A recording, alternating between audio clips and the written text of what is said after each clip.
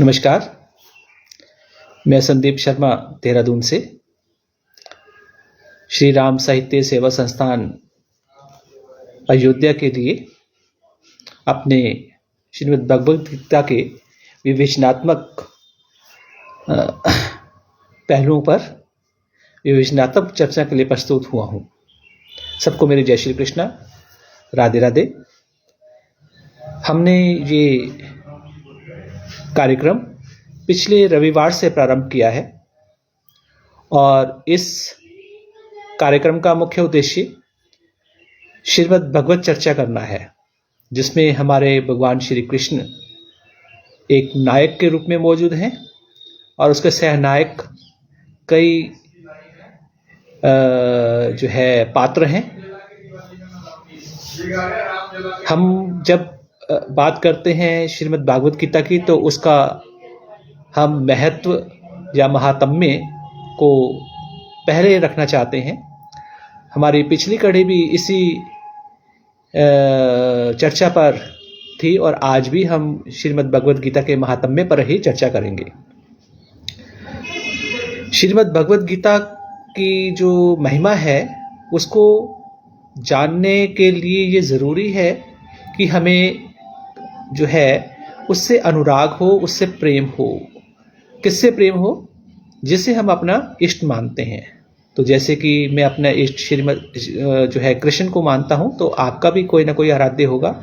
तो आप उसी में अपने आराध्य में ही ये मानकर चलें कि वही आपके कृष्ण है, या वही आपके जिस स्वरूप को भी आप लेते हैं, चाहे वो किसी भी धर्म, पंथ या विचारधारा के मानने वाले हों, उसको लेकर आप इस हमारी जो है विवेचना को सुनेंगे और उसको पाएंगे तो आपको पता चलेगा कि ये जो विवेचन है, ये जो सनातन पद्धति है, ये कितनी विशाल है और ये जीवन में अनुशासन को कैसे लेकर चलती है। महात्म्य को मैं अगर बात करूं तो महात्म्य के लिए हम लोग चर्चा करते हैं, महत्ता बताते हैं, इसकी पावनता की जो है विवेचना करते हैं कि कितनी पावन है, क्यों श्रीमद् भगवद गीता को पढ़ना लाजिम है, क्यों इसको पढ़ना चाहिए। इसी चीज़ के लिए हम लोगों के मन में बहुत से विचार आते हैं। तो श्रीमद् भगवद गीता को अगर मैं बात करूं तो ये एक ऐसी ज्ञान गंगा है जिसके अंदर जाने कितने जो है जो विवेचन करता है, उन्होंने अपने अपने बातें रखी हैं। इनको पढ़कर, उनको सुनकर, उनको समझकर और सब अपने अपने पक्ष, अपना अपना मत इसके ऊपर जाहिर करते हैं। लेकिन मेरा ये मानना है कि हमारे ये जीवन की जीने की पद्धति है। अगर हम इसको अपना लें, समझ लें, तो हमारा ये वर्तमान जीवन ही नहीं, जो पूर्व के जन्मों के हमारे जो जिसे कहते हैं प्रारब्ध है, उनका भी कुछ ना कुछ जो है हमें हल दिखाई देता है। और इस हल के साथ साथ हम लोग ये भी मानते हैं कि ये जो ज्ञान रूपी गंगा है, जिसे हम श्रीमद् भगवद गीता या श्री कृष्ण मुख वाहिनी कहते हैं, इस उद्यान में ऐसा एक फल का पेड़ लगा है जिसे कल्पतरु कहते हैं। कल्पतरु यानी कि कल्पतरु। कल्पतरु, इसकी मैंने अपने आप से, अपने ढंग से विवेचना करी कि ये कल्पतरु क्या है। इससे पहले एक श्लोक ले लेते हैं। ये इस्कॉन वालों की गीता में आपको शायद मिल जाए।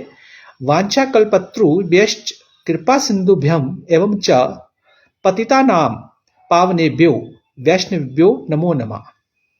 ये जो श्लोक है ये आपको इस्कॉन की जो गीता है, जो श्रील प्रभुपाद ने लिखी है, उसमें आपको मिल सकता है, जिसमें जिसका तात्पर्य वो बताते हैं कि हे भगवान, हे परमात्मा, मैं आपके प्रत्येक चाहने वालों, यानी कि जो आपके भक्त हैं, उनको सादर नमस्कार करता हूँ। ठीक है, आप देखिए इसमें वो क्या कहते हैं, वे कल्प वृक्ष के समान सबों की इच्छा पूर्ण करने में समर्थ हैं। तो यानी कि यहाँ पर कल्पतरु क्या कहा है?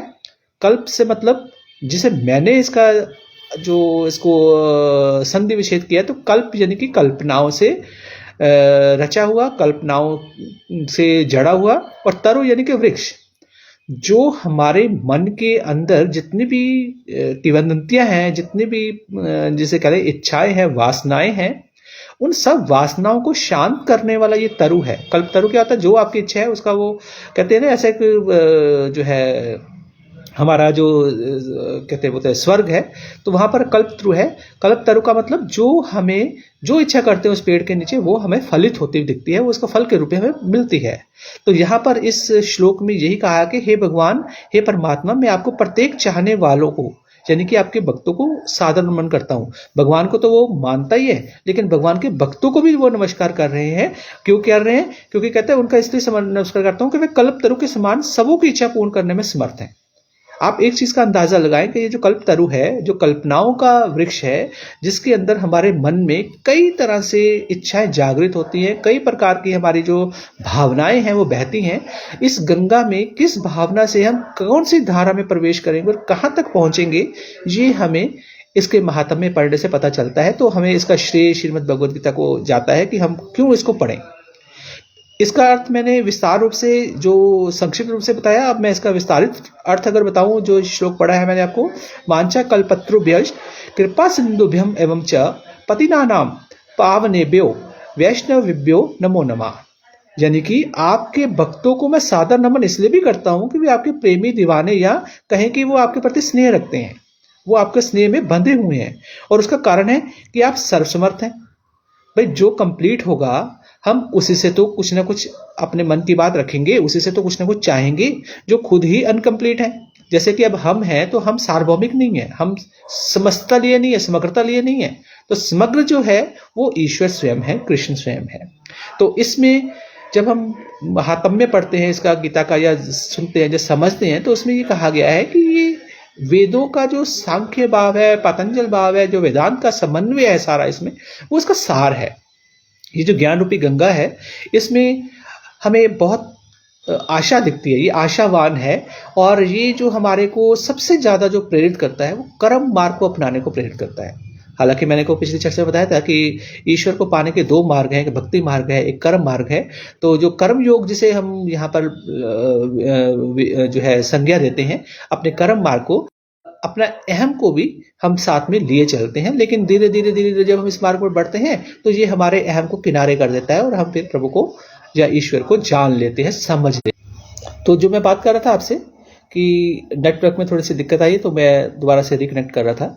तो जो मैं आपसे बात कर रहा था कि ये जो कल्पतरु है, कल्पतरु यानी कि कल्पनाओं का जो ये वृक्ष है, जो जिसमें हम अपनी इच्छाएं वासनाएं रखते हैं, ये उनको शांत करने वाला शास्त्र है श्रीमद् भगवद गीता। इसलिए इसको पढ़ना लाजिम है, जरूरी है।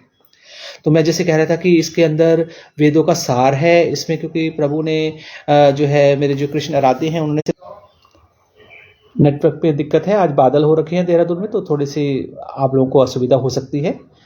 तो जैसे कि मैं बात कर रहा था कि ये जो इसका गीता का महात्म्य के ऊपर हम चर्चा कर रहे हैं, ये भक्ति भाव का सर्वोत्तम प्रकार का वर्णन इसमें गीता में किया हुआ है। इसमें भक्ति मार्ग का तो है ही है, साथ में जो कर्म योग है उसके ऊपर ज्यादा स्ट्रेस किया गया है और उसके ऊपर ज्यादा बल दिया गया है।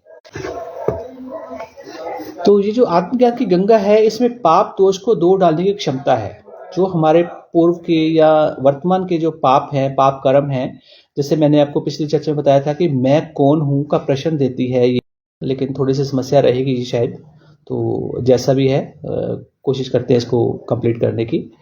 तो मैं आपको बता रहा था कि ये जो कर्म मार्ग और भक्ति मार्ग के दोनों का हमारे पास जो है ये मार्ग दिए हुए हैं, दोनों मार्ग से ये तत्पर है श्रीमद् भगवद गीता कि हमारा इससे कल्याण हो। और ये जीवन जीने की पद्धति है। इसके अंदर जितने हमारे पूर्व के कर्म हैं उनको दो डालने की क्षमता है। अगर हम इसका अनुरूपण करें, इसका अनुसरण करें, तो हम पाएंगे कि हमारे को जो जीवन जीने की कला है, तो उसमें हम पारंगत होंगे। प्लस दूसरा जो है, हमें जो हमारे मैं कौन हूं का जवाब है वो ये देती हुई प्रतीत होगी। अब ये जो इतने कहते कि रसीले गीत हैं, जो इसके श्लोक हैं, पहले अध्याय जो विषाद योग है जो गीता का, जिसके ऊपर हम चर्चा करेंगे जब हम गीता पर बढ़ेंगे आगे, और अगली बार हम इसका प्रथम श्लोक लेंगे जो श्रीमद् भगवद गीता का है, और उस श्लोक का फिर हम विवेचना करेंगे। तो उसी के ऊपर बढ़ने से पहले हमें जरूरी है कि हम समझे कि हम इसको पढ़े क्यों।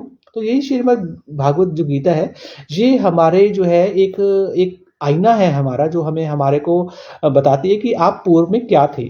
आपके जो भी अच्छे बुरे फल, जो आपको जिसको एंजॉय आप कर रहे हैं या जिसको आप सफ़र कर रहे हैं, अगर आपके बुरे कर्म है तो आप उसको सफ़र कर रहे हैं, और अगर आपने कोई एंजॉयमेंट की चीज़ है तो यानी कि वो अच्छे फल है आपके जो आप आज पा रहे हैं। तो उसका जो प्रतिरूपण है वो है श्रीमद् भागवत गीता, जो आपको आईना दिखा रहा है कि भाई आप कि ये अच्छे फल है, ये शुभ कर्म है और ये आपके बुरे फल है। तो जो अच्छे फल का नतीजा है उसके लिए आपको कैसा तैयार रहना है, और क्योंकि आप, मैंने बताया था आपको कि लाइफ इज एन एनर्जी।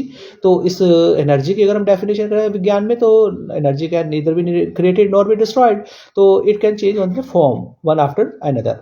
तो जब हम एक फॉर्म से दूसरी फॉर्म में जाएंगे, यानी कि पुनर्जन्म की हम परिकल्पना करते हैं, तो इस पुनर्जन्म की परिकल्पना के साथ साथ हमने फिर ये स्वाभाविक है कि अगर हम अभी हैं तो फिर बाद में भी होंगे, और इससे पूर्व भी रहे हैं। तो जब पूर्व में रहे तो हम कैसे थे, क्योंकि जो हमारा प्रारब्ध है वो हमें हमारे अच्छे बुरे कर्मों के साथ लिए चल रहा है।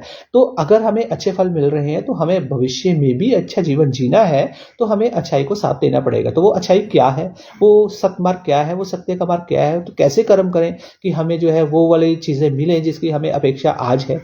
तो उसी को ये एक आईना दिखाने का, जैसे मैंने आपको बताया, काम करती है, वो है श्रीमद् भगवद गीता, जो ये अपने मौलिक पन को लिए हुए है। और ऐसा कोई ग्रंथ शास्त्र मुझे नजर नहीं आता है जो आपको इंगित करता है कि आप इस तरह से लाइफ स्टाइल का रखें, अडॉप्ट करें, इस तरह से जीवन जिए तो आपको सफलता मिलेगी। ये आपके ना केवल वर्तमान जीवन को सफल बना रही है, बल्कि आपके जो भावी जीवन है, ठीक है, उसको भी सफल कर रही है, प्लस जो आपका पास्ट का जीवन है उसके पापों को काटने की क्षमता और आपको उसके जो है उससे मिलवाने का काम भी कर रही है। तो देखिए, इसमें पास्ट, प्रेजेंट और फ्यूचर तीनों चीजें आपके पास मौजूद है, और आप अपने आप को समझते हैं, आपको मैं कौन हूं का उत्तर देती हैं ये। श्रीमद् भागवत गीता में जैसे बताया कि इसमें कर्म योग का बहुत महत्व है। कर्म यानी कि आप जो भी एक्शन करते हैं, आप एक चीज समझ लें कि आप कभी भी जो है विदाउट एक्शन नहीं रहते हैं। अगर आप कहें कि भी नहीं मैं कोई कर्म कर ही नहीं रहा, तो नहीं, आप ऐसा हो ही नहीं सकता कि आप कभी कोई ऐसा कर्म, जब तक इस देह में, इस शरीर में आप मौजूद हो, किसी भी रूप में हो, आप वृक्ष के रूप में हो, पक्षी के रूप में हो, एक जो है जड़ के रूप में हो, चेतन के रूप में हो, जिस रूप में भी आप मौजूद हैं, आप एक कर्म हो रहे हैं। उस अभी देखो, मैं आप बात कर रहा हूं, अगर मैं कि मैं क्या कर रहा हूं इस समय, तो मैं इसमें श्रीमद् भगवद गीता के जो है पठन पाठन का काम करता हूं, उसकी विवेचनात्मक चर्चा कर रहा हूं। आप क्या कर रहे हैं, आप इसको सुन रहे हैं, आप जो है घर के अन्य कामों में लगे हैं, मैं भी अब दूसरे काम मेरे उसमें घूम रहे हैं, मेरे मन मस्तिष्क में। तो ये हमारा जो मन मस्तिष्क कभी विराम नहीं करता है, ये हमेशा एक्शन में रहता है। और ये जो एक्शन का ही जो है प्रतिफल है कि जो हमारे कर्म बनते हैं, जो हमारे काम बनते हैं। तो यहाँ पर इसीलिए कर्म के ऊपर बहुत महत्व दिया गया है। और इसमें एक चीज और भी है, जो ये कर्म करने के लिए कहता है, तो सिर्फ ये कर्म करने को कहता है, उसकी जो है फल की इच्छा वो कहता है आप, फल आपके अधिकार में नहीं है, कहता है आप कर्म करो, ठीक है। उसके बाद फल क्या होगा, इसके लिए आप ना तो चिंतित हो ना परेशान हो। कारण ये है कि फल जो है आपको वो मिल भी सकता है, नहीं भी मिल सकता। यहाँ पर बड़ी क्लैरिटी आपको जब हम आगे चलेंगे कि क्यों मिल सकता है, क्यों नहीं मिल सकता, वो है हमारे प्रारब्ध प्लस हमारा जो वर्तमान का जो वातावरण है, जो उसका आवरण है हमारा, वो हमें किस ओर लेकर जा रहा है। तो यहाँ मैं अगले, जब जैसे जैसे हम आगे बढ़ेंगे, इसका हम बहुत जो है विस्तार से चर्चा करेंगे, जब हम प्रत्येक श्लोक के ऊपर यहाँ बात करेंगे। और मैं बता रहा हूँ आपको कि हम अगले रविवार से इसके प्रथम श्लोक से ऊपर चर्चा प्रारंभ करना आरंभ करेंगे। तो यहाँ पर हम सबसे पहले ये मान लें कि हम जो है ईश्वर के भक्त हैं। तो ईश्वर को अगर नहीं भी मानते, आप ये देख लें कि अगर आप एक अनुशासन जीवन में लाना चाहते हैं तो इस श्रीमद् भागवत गीता को पढ़िए, क्योंकि इसमें आपकी वासनाओं को, वासना यानी कि जो आपकी इच्छाएं हैं, वासना से मतलब जो है वासनात्मक दृष्टिकोण वो होना जिससे आप मन में जो है किसी की अश्लीलता को लेकर चले, वो नहीं है। यहाँ पर वासनात्मकता का मतलब है आपकी इच्छाओं से परिपूर्ण होना, और बिना इच्छा के तो कोई भी व्यक्ति है नहीं। आज मेरे पास जो है, मुझे इच्छा है कि मैं अच्छा एक जो है डिग्री हासिल कर लूं, या मेरी एक अच्छी नौकरी लग जाए, या मेरी अच्छी पत्नी हो, या मेरा अच्छा बच्चे हो, या मेरे पास ये हो, या मेरे पास हो, ये तो है ही है। प्लस भगवत प्राप्ति की भी इच्छा हो सकती है हमारी। तो ये जो जितनी भी इच्छाएं हैं, ठीक है, एक आपके कर्म से जुड़ी हुई हैं, एक आपके धर्म से जुड़ी हुई है। तो यहाँ हम जब आगे श्लोकों पर आएंगे तब हम इनके ऊपर विस्तार से चर्चा करेंगे। तो यहाँ हम आज महात्म्य के बारे में चर्चा करें कि हम इसको पढ़ेंगे, तो इसके पढ़ने का ये एक सबसे बड़ा कारण है कि हमने खुद को जानना है, हमने खुद को सुधारना है।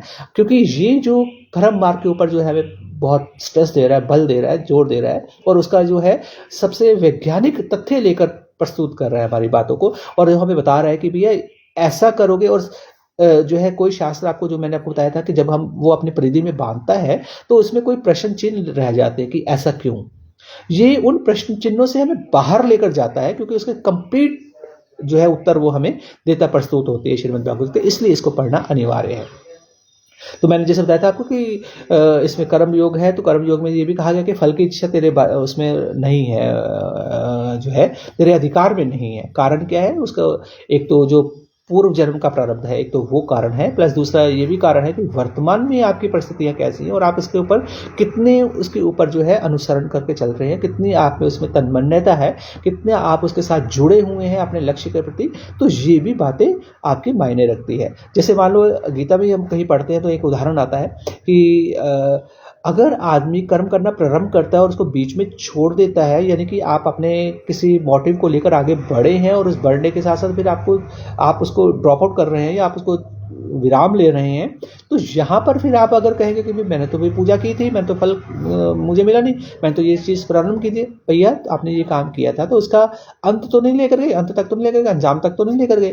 तो यहाँ पर उन्होंने ये भी बताया श्री कृष्ण ने कि फिर आपकी जो स्थिति है वो ऐसी हो जाएगी जैसे बादल जो है होते हैं और बादल का कार्य है वर्षा करना। तो जब वो वर्षा करते हैं तो ऐसे बादल जो एक समूह नहीं बनाते हैं, निरंतरता नहीं बनाते हैं, तो फिर वो वर्षा नहीं कर पाते, उनको हवा कहीं ना कहीं उड़ा कर ले जाती है और अंततः वो बादल नष्ट हो जाता है। तो यहाँ पर हमारे जो कहते हैं ना कि फल हमने पूजा की थी या हमने पूजा इन द सेंस कि आपने जो व्रत धारण किया, व्रत का मतलब भूखे रहना नहीं है, व्रत का मतलब है आपने किसी चीज को धारण किया है, किसी लक्ष्य को चाहा है और उस लक्ष्य के प्रति आप बढ़ रहे हैं उसी निरंतरता के साथ, उसी तन्मयता के साथ, जिस तन्मयता के साथ आपने उसको प्रारंभ किया था। तो यहाँ हमारे जीवन का लक्ष्य क्या है? यहाँ हमारे जीवन का लक्ष्य केवल रोजी रोटी की चिंता करना नहीं है।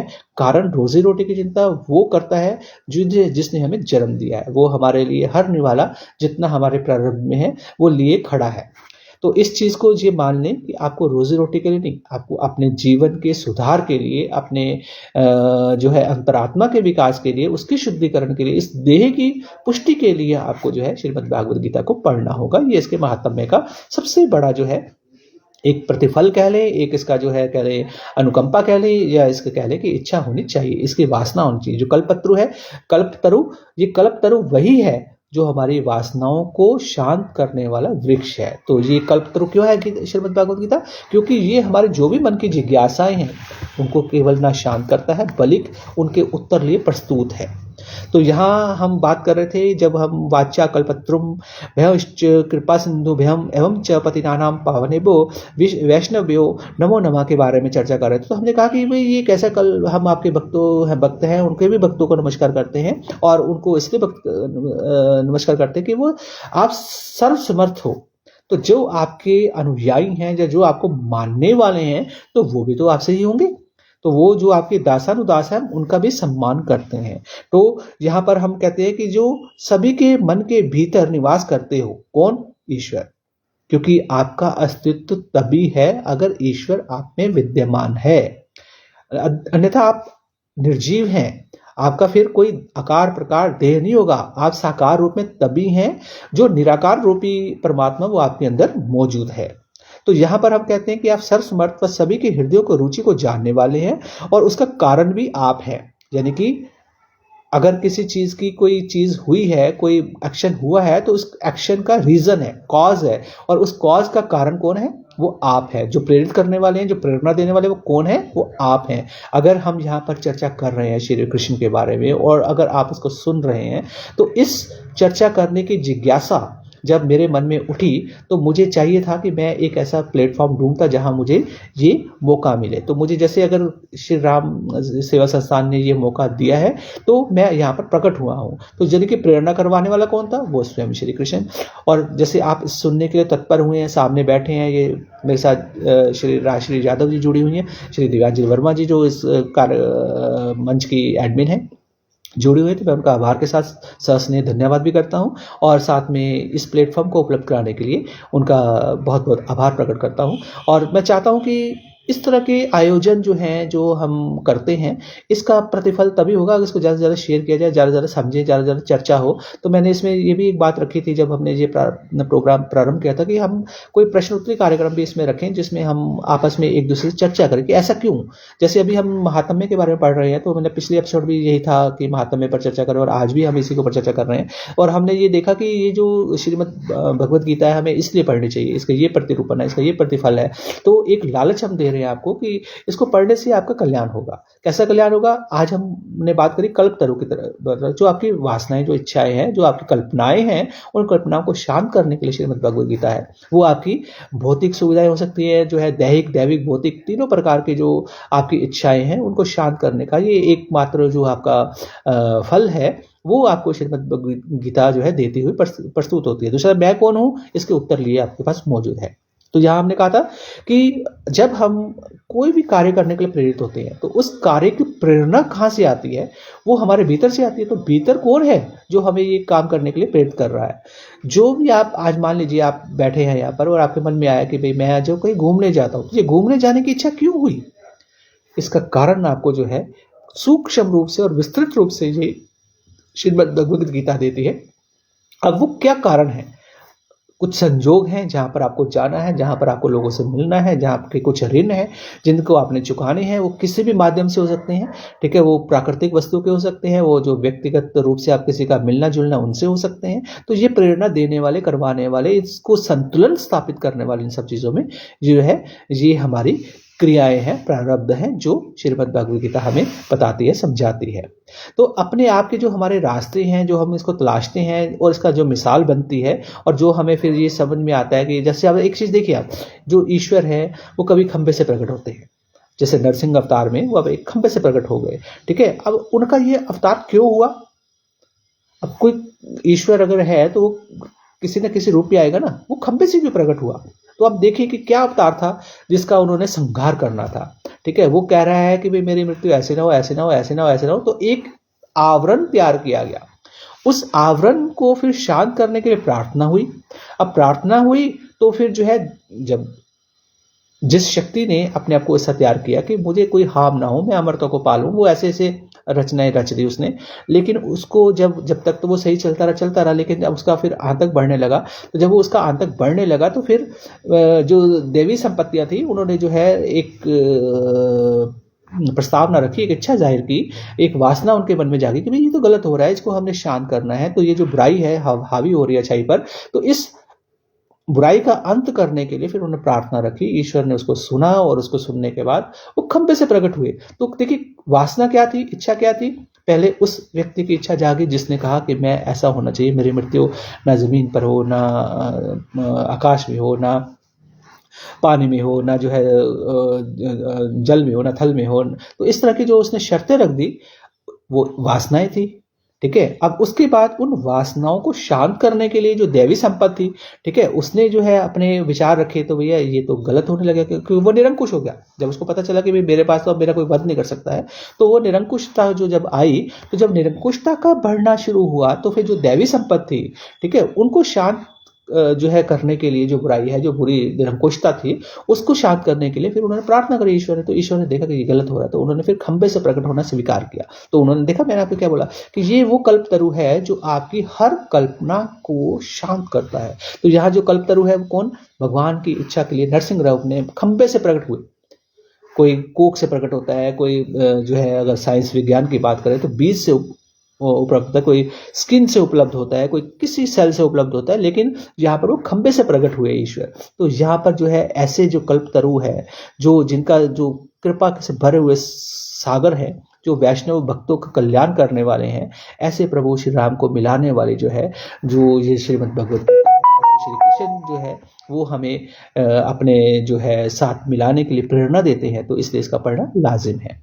तो कहते हैं कि जो भी आपकी समस्या है उनका हल करने के लिए जो आपके पास जो चीजें तैयार करती है वो गीता है। तो अगर आप इसको पढ़ते हैं तो आप एक कंप्लीटनेस को पाते हैं, एक आप परिपूर्णता को पाते हैं। आप अगर बीच में इसको अधूरा छोड़ते हैं तो, या फिर आप इसके एक जैसे कहते हैं स्वाधीन, देखिए मैंने अभी तक कोई गुरु धारण नहीं किया है, मैंने इसको सिर्फ 2-3 बार पढ़ा है सिर्फ गीता को, और मेरे मन में कुछ प्रश्न आते हैं जब मैं इसको पढ़ता हूँ। तो उस प्रश्नों के बाद मैं स्वयं में अपने उत्तर खोजने की कोशिश करता हूँ। तो मेरे मन में विचार है कि अगर मैं ये सब चीज़ें कर रहा हूँ तो लोगों के मन में भी आता होगा, ये लोग भी इसके सानिध्य में आते होंगे, तो कुछ प्रश्न होते होंगे।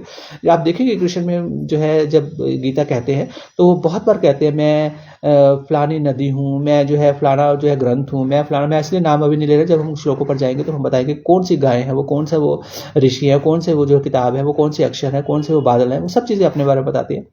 एक्चुअल में वो ये बताना चाहते हैं सब कुछ तो मैं हूँ, ठीक है। तो हमें उस मैं को जानना है। अब देखिए हम मैं तो करते रहते हैं। अगर मैं बात करता हूँ संदीप, तो संदीप मैं तो बहुत करता है कि भाई मेरा प्रोग्राम चल रहा है, अभी मैं बोल रहा हूँ। वास्तव में तो संदीप नहीं बोल रहा, वास्तव में तो उसके अंदर जो कोई बैठा हुआ है वो व्यक्ति बोल रहा है, वो अपनी बातें रख रहा है। और जो सुन रहा है वो कोई जो है दर्शक, अपना नाम जो भी ले ले, ठीक है, वो नहीं है, वो उनके अंदर बैठा वो शक्ति सुन रही है। तो यानी कि ईश्वर अपने संवाद अपने साथ स्वयं कर रहा है। जब वो देखता है कि यहाँ पर ये चीज़ जो है ये गलत हो रही है, तो उसको करेक्शन करने के लिए जो है वो है अपने बैलेंस करने के लिए, संतुलन स्थापित करने के लिए, जो गलत है तो उसको सही करने के लिए, जो सही है उसको गलत करने के लिए, ये सब चीज़ों का बैलेंस जो है वो चलता रहता है। देखिए हर चीज़, आटे में नमक चलता है, नमक में आटा नहीं चलता है। तो एक बात को मानकर चले, ये सृष्टि है, इस सृष्टि को चलाने वाला एक शक्ति है। उस शक्ति को जो है समझने के लिए जो है हम लोगों को ये श्रीमद् भगवद गीता पढ़नी चाहिए, ये अनिवार्य है। तो मैंने इसमें पिछले अध्याय में हमने जो चर्चा में बात की थी क्षेत्र और क्षेत्रज्ञ का, ये हमें जो है एक जिसे कहते हैं कि समझाने वाला फल है। क्षेत्र मैंने बताया था आपको, जो हमारे देह है, जो वो शरीर है, जो जिसमें हम साकार होते हैं। तो जब हम इसको जान लेते हैं कि हमारा जो कारण क्या है हमारे जो है इस क्षेत्र का, तो जब हम इसको समझ जाते हैं तो जब हम क्षेत्रज्ञ हो जाते हैं, क्षेत्रज्ञ को समझ जाते हैं, तो आप ये मान लें कि जो ये एक कहानी के रूप में बताई गई, जो आज से 5500 साल पहले प्रारंभ हुई थी, जो है महाभारत की कहानी थी, जिसमें जो है एक कौरव शक्तियाँ थी, पांडव शक्तियाँ थी। तो मैंने बताया था कौरव क्या होते हैं, मैंने आपको ये बताया था ये कौरव कुरु वंश, कुरु यानी कि करो यानी वंश मतलब परंपरा। तो जो करने की परंपरा है, तो जब कोई काम करेंगे तो अच्छा करेंगे, बुरा करेंगे, तो उनसे ये प्रारंभ हुई। तो जैसे 5500 साल पहले हमारे पास जो पात्र आते हैं, अर्जुन आता है, कृष्ण आते हैं, भीम आते हैं, युधिष्ठिर आते हैं, धृतराष्ट्र आते हैं, ये सारे जो पात्र हैं, ये देखिए आप कहीं ना कहीं आप स्वयं हैं। आप देखिए आप कृष्ण भी हैं, आप धृतराष्ट्र भी हैं, आप जो है सिमितंजे भी हैं, आप जो है कृपाचार्य भी हैं, आप द्रोणाचार्य भी हैं। ये सारे के सारे पात्र आप में स्वयं में मौजूद हैं। वास्तविकता है कि ये जो हमारा ये युद्ध है, जिसकी हम युद्ध भूमि में ये बात जो है कथा कही गई है, जो गीता सार ये हुआ था। और जो है इस युद्ध भूमि में मैंने आपको बताया था कि युद्ध भूमि ये हमारे अंतःकरण का युद्ध है। जब हम अपने इंद्रियों से अपने बातचीत करते हैं, लड़ते हैं, तो ये उस युद्ध को प्रस्तुत करते हुए जो है हमें प्रेरित करती हुई दिखती है और उसे परिलक्षित करती हुई दिखती है। इस युद्ध की जो हमारे मन की आंतरिक भावनाएं हैं, ठीक है, वही जो है हमारा जो निरूपण करती है और उसका जो आरोपण करती है, उसको हमने समझना है कि हम एक्चुअल में वास्तविकता क्या है। हम जब पढ़ रहे हैं इसके महात्म्य के बारे में कि हम गीता जब हम समझते हैं, तो गीता हमारे लिए जो प्रश्न लेकर आती है, जो आपके मन के प्रश्न है, उसका सोल्यूशन क्यों देती है? क्योंकि ये जो द्वंद्व है जो आपके प्रश्नों का, ये आपके मन से तो उपजा है। और आप देखिए जो प्रश्न आपका है वो किसी दूसरे का नहीं है, दूसरा किसी और प्रश्न लिए प्रस्तुत है, जो उसके उत्तर को भी शांत करती है, ये मेरे उत्तर को भी शांत करती है, ये किसी तीसरे के भी उत्तर को शांत करती है। तो ये वो कंप्लीट एक जो है संवाद है, जिसमें हम अपने आप को जो है संबोधित करते हैं। आप देखिए ये बहुत कठिन बात होती है कि अपने आप को संबोधित करना, अपने आप को जानना, ये है क्षेत्र और क्षेत्रज्ञ। इसलिए इसको गीता को पढ़ना अनिवार्य है, जरूरी है समझना इसको, जानना इसको। और इसमें जो जब आप पढ़ेंगे तो आप देखेंगे बहुत भाषा थोड़ी सी क्लिष्ट हो जाती है। तो यहाँ पर इस भाषा को हम लोग जो है थोड़ा सा सरल बनाने के लिए मेरा प्रयास है कि आप इस चीज़ को, जो मैं बात कह रहा हूँ, उसे आप समझ पा रहे हैं, नहीं समझ पा रहे हैं। जैसे हम अगली बार से जो है सीधा हम इनके जो है श्लोकों के ऊपर से आएंगे, तो कुछ जो है श्लोक तो छोटे छोटे हैं। पहले अध्याय में जो है 47 श्लोक हैं, 47 श्लोक है जो अपने बातें रखेंगे। और पहला जो अध्याय है श्रीमद् भगवद गीता का, वो विषाद योग लिया है। तो एक विषाद का मतलब एक संशय, वो क्या संशय है, ठीक है। आप देखिए आपके मन में क्या संशय नहीं है। आप कोई भी काम करने जाते हैं तो आपके सबसे पहला संशय आके खड़ा होता है, आपके मन में विषाद आकर खड़ा होता है, करूं या ना करूं, ये काम मुझे करना चाहिए, नहीं करना चाहिए। चाहे आप अच्छा कर रहे हैं चाहे बुरा कर रहे हैं। बुरा में तो एक बार ना भी सोचे तो चल जाता है, अच्छा के बारे में ना भी सोचे तो चल जाता है। लेकिन अगर जब बुरा करने जा रहे हैं, पहली चीज़ जो आपकी है वो उसके ना के लिए आती है कि भैया ऐसा मत कर।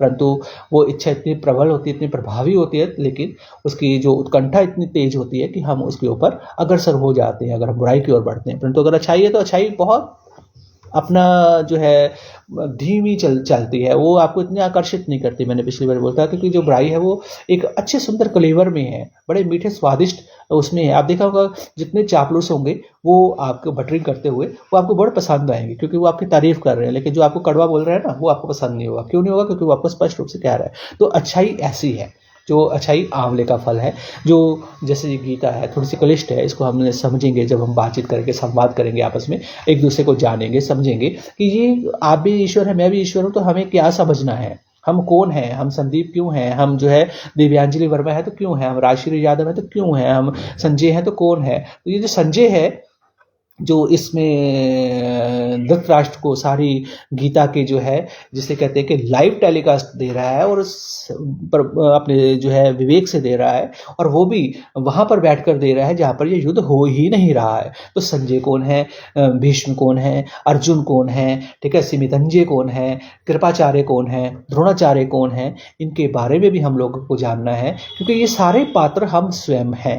ये आप मान लें। सबसे पहले आप अपने आप को, अगर आप कृष्ण के ऊपर निष्ठा रखते हैं या नहीं भी रखते हैं और आप गीता समझना चाहते हैं, तो अपने आप को अर्जुन मान लें। ये मैंने पिछले बार में भी कहा था कि अर्जुन होगा यानी कि अनुराग। अर्जुन के तात्पर्य है अनुराग, प्रेम, स्नेह, ठीक है। और जब आप किसी चीज से प्रेम करेंगे तो स्वाभाविक है आप किसी से जुड़ेंगे, तो जिससे जुड़ेंगे जो भी आपका कृष्ण होगा, ठीक है, तो वो आपके लिए आपके प्रश्नों का उत्तर लिए प्रस्तुत होगा। अब क्या होता है कि हम जैसे एक चीज को करने जा रहे हैं, और मान लीजिए एक टास्क है, एक कंपनी ने टास्क दी है, उस टास्क को करना है, उसके कुछ एम्प्लॉयज हैं।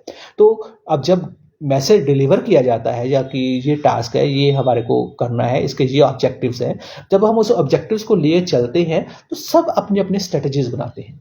उस स्ट्रेटजीज को बनाने के बाद उनकी अपनी अपनी समस्याएं उठती हैं। लक्ष्य एक ही है, जब जो टारगेट है वो सेट किया वो एक ही है, लेकिन जो मान लो टीम है, 5 लोगों की टीम है, तो पांचों लोगों की टीम के बारे में जो उनकी स्ट्रेटजीज होंगी वो 5 होंगी। तो जब 5 स्ट्रेटजीज होंगी तो 5 विचारधाराएं हैं, वो अपने अपने ढंग से, किसी की बहुत ज्यादा फलीभूत होगी, किसी की मध्यम होगी, किसी की जो है बिल्कुल ही नहीं होगी, किसी की तो समझ में नहीं आएगा कि हो क्या रहा है, और कोई जो है टारगेट से भी ज्यादा आगे अचीव कर जाएगा। तो ये क्या है, ये है हमारी समझ का परिपक्व होना, या कितनी हमारा उसका स्तर है, और हमने किस ढंग से उस मैसेज को समझा था जिसका हमें टारगेट मिला था, और उस टारगेट को हमने अचीव करने की स्ट्रेटजी बनाई। तो यही स्ट्रेटजी जो है हमारे जीवन की, जो है जो हमें लक्ष्य मिला हुआ है कि यहाँ पर हम मानव जीवन मिला है, तो उस मानव जीवन को फलीभूत कैसे करें। या सिर्फ रोटी कपड़ा, अच्छे बिल्डिंग, अच्छे मकान, अच्छे जो है पद पाकर जो है हम संतुष्ट हो जाए? नहीं, ये सिर्फ इतना ही इस मानव जीवन का उद्देश्य नहीं है। इस मानव जीवन का उद्देश्य इससे कहीं कहीं कहीं आगे है। आप मानव हो तो आप सौभाग्यशाली हो, ठीक है। आप पशु पक्षी हो तो हमें उसकी योनि के बारे में मैं इतना नहीं कह सकता कि मैंने उसके बारे में इतना समझा नहीं है, परंतु मैं ये देखता हूँ लेकिन जो मानव जीवन है ये योग जोनि भी है।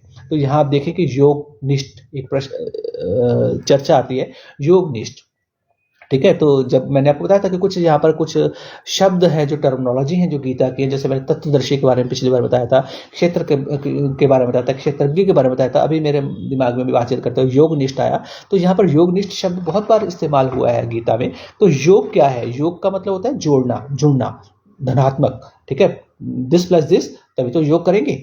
तो निष्ठा क्या है, निष्ठा यानी कि जो आपकी फल करने की जो उसकी लगन है वो निष्ठा है।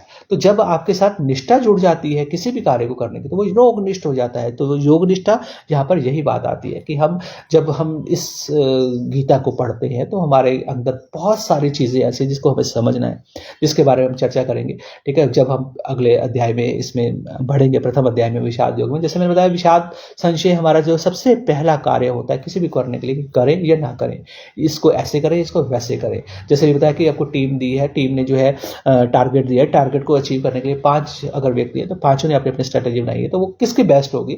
अगर किसी को गाइडेंस की जरूरत है तो वो गाइडेंस किसको कैसे दी जाए, क्या वो सभी के लिए एक जैसी गाइडेंस होगी? नहीं, सबके लिए अलग गाइडेंस होगी, क्योंकि कोई जो जिस स्तर का व्यक्ति है उसको उसी स्तर के हिसाब से समझाना पड़ेगा। उसकी जो जिस तरह की प्रॉब्लम्स है उसको उसी तरह से प्रॉब्लम को सॉल्यूशन के रूप में पेश करना पड़ेगा। तो यहाँ पर श्रीमद् भगवद गीता एक ऐसा कंप्लीट जो है ग्रंथ है जो आपकी सबकी समस्याओं को लिए प्रस्तुत है, इसलिए इसका पढ़ना अनिवार्य है। मेरा ये मानना है कि कर्म योग इसीलिए यहाँ पर जो है बहुत ज़्यादा बलशाली है, बहुत ताकतवर कहा गया है, क्योंकि ये भक्ति मार्ग समर्पण मार्ग नहीं है, सिर्फ यहाँ पर करने के लिए भी कहा गया है कि आप करो। देखो आप एक चीज़ देखिए कि आप कौन है, आप ईश्वर का अंश है। मैं कौन हूँ? मैं ईश्वर का अंश हूँ। तो जब ईश्वर स्वयं हम में बैठा है और वो खुद सब कार्य कर रहा है, तो फिर अभी हम इससे क्यों भागे? क्योंकि हमारा तो काम जो जन्म हुआ है वो हुआ ही कर्म करने के लिए, और कर्म के बिना हम एक पल भी नहीं रह सकते। आज सोते हुए भी कर्म करते हैं, चाहे आपकी वो पाचन क्रिया हो, चाहे वो आपकी जो है श्वसन क्रिया हो, चलती है कि नहीं चलती है। आपके जो वियर एंड टेयर्स है वो सोते समय भी हो रहे हैं आपके शरीर में, बॉडी में। तो क्या अभी आराम कर रही है? और अगर आप देखिए आराम भी कर रही है तो वो आपके जो सहला रही है, जो आपकी इंद्रियाँ जो थक चुकी हैं उनको जो है वो उसके साथ लगी हुई है, उनको जो है दोबारा से एनर्जाइज़ करने के लिए लगी हुई है। तो आप एक पल के लिए भी बिना कर्म के रह नहीं सकते हैं। तो आपके कर्म करने अनिवार्य हैं। तो अगर आपके कर्म करने अनिवार्य हैं और होने हैं तो फिर क्यों ना ऐसे कर्म किए जाएँ जिससे जो है हमारे को लाभ मिले। तो वो लाभ देने वाले कर्म क्या है? तो ऐसे कर्म करो भैया जिससे हम आज जो चीज़ें अच्छी मिल रही हैं, जो अच्छे हम बात बोल रहे हैं, ये सुन रहे हैं, तो ऐसा वातावरण हमें आगे भी भविष्य में भी मिले। अगर आपको ये चीज़ अच्छी लग रही है सुनने में, तो आप अगर आपने मान लीजिए एक टॉफ़ी है, उसका स्वाद आपको नहीं भाया, तो आप क्या दोबारा उसको खाना चाहेंगे? नहीं खाना चाहेंगे। तो जो दुःख है आपके, वो वही गंदी वाली टॉफ़ी है जो आपको आज अच्छी नहीं लग रही है। परंतु अगर एक ऐसी मिठाई है जिसको आपको बहुत स्वादिष्ट लगी, भले ही आप मीठा पसंद नहीं करते, लेकिन आपको वो मिठाई खाना कभी नहीं चूकती है। मान लीजिए वो रसमलाई है, आपको मीठा बिल्कुल पसंद नहीं है, लेकिन रसमलाई आपको बहुत पसंद है। तो ये रसमलाई क्या है? ये रसमलाई वही जो है विशेष स्वाद है जो आपके जीवन में जो है आपको आकर्षित कर रहा है। परंतु ये आकर्षण जो है मीठा ना पसंद होने के बाद भी एक ही चीज़ का आकर्षण है, वो क्या है? अच्छाई। तो इस अच्छाई का जो लाभ है वो आपको श्रीमद् भगवद गीता देते हुए प्रस्तुत होती है। तो यहाँ पर जो है हम जब बात करते हैं कि भई हम श्रीमद् भगवद गीता क्यों पढ़ें, इसके बारे में हमने चर्चा कर ली, क्योंकि ये हमको लाभान्वित करती है। ये हमको लाभ दे रही है। किस चीज़ का लाभ दे रही है? ये हमें हमारे वर्तमान, हमारे पूर्व का जो भूतकाल है और जो हमारा भविष्य काल है, तीनों को सुधारने का हमें जो है फल दे रही है। तो इसलिए इसकी चर्चा, इसको पढ़ना, इसके सानिध्य करना बहुत अनिवार्य है। इसके ऊपर चर्चा करने से हम लोग बहुत से प्रश्नों को हल पा लेते हैं और हमारे जीवन को जीने की जो पद्धति है, जो सनातन पद्धति है, उससे हम वाकिफ होते हैं।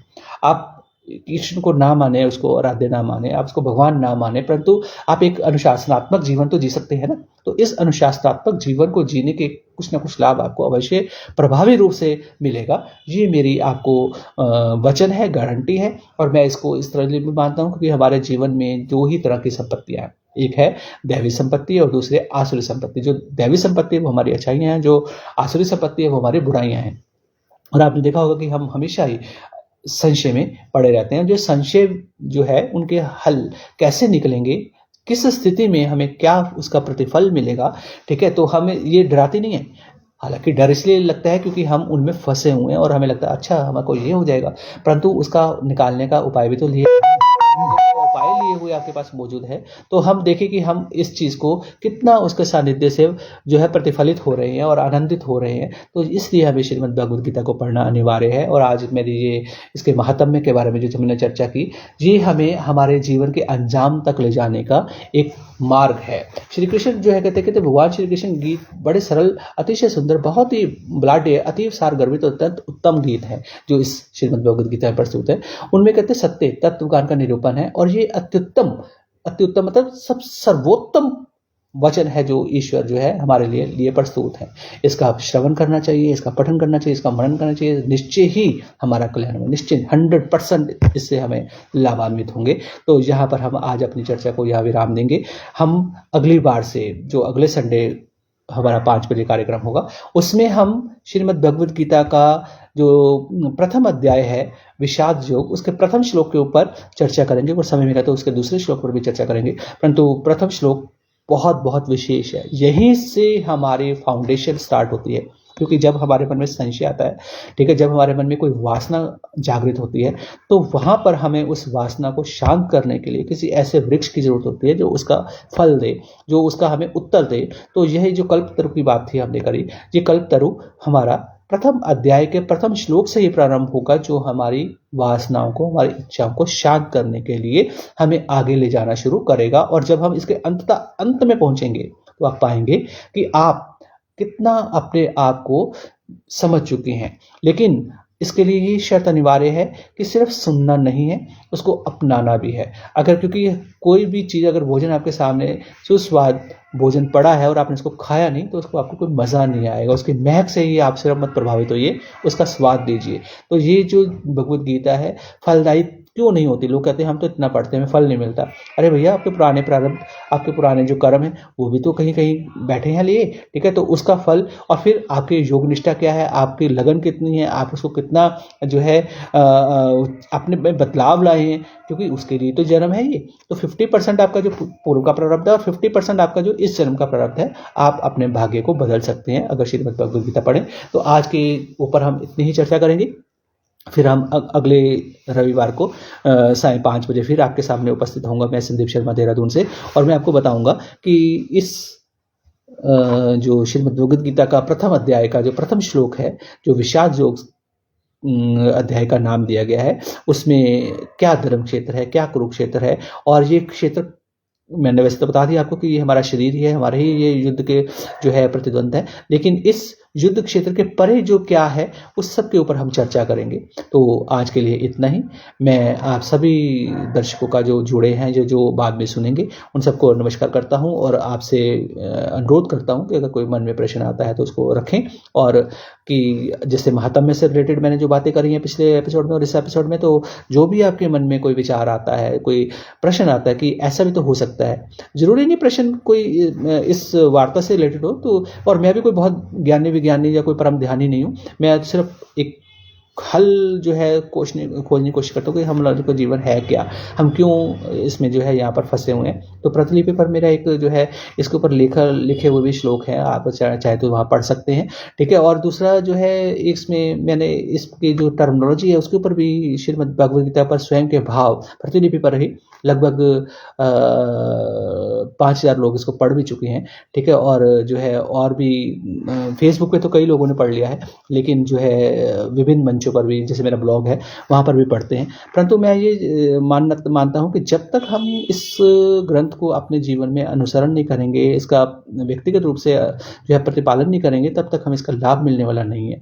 आप मिठाई की दुकान के आगे से जा रहे हैं, आपको भाती तो है, लेकिन आपने खाई नहीं, तो आपको फायदा क्या उस मिठाई की दुकान का। तो यहाँ पर यही चीज़ देखनी है कि जो ये हमें इतने सुहाने फल दिखा रही है, इसका असर तो ज़रूर होगा। अगर ये लिखी गई है 5500 साल पहले लिखी गई है, आज भी लोग पढ़ रहे हैं, इसकी महत्ता है, तो इसके महात्म्य के बारे में जितना कहें वो कम है। पूरा जीवन भी लग जाए हम कह नहीं सकते, परंतु हमें क्योंकि इन शॉर्ट करना है, समझना है, सबके पास समय का अभाव है, तो हम आज के लिए इतना विराम लेते हैं और श्रीमद् भगवद गीता के अंदर प्रवेश करेंगे अगली एपिसोड से, अगले रविवार से। सबको नमस्कार, राधे राधे, जय श्री कृष्ण।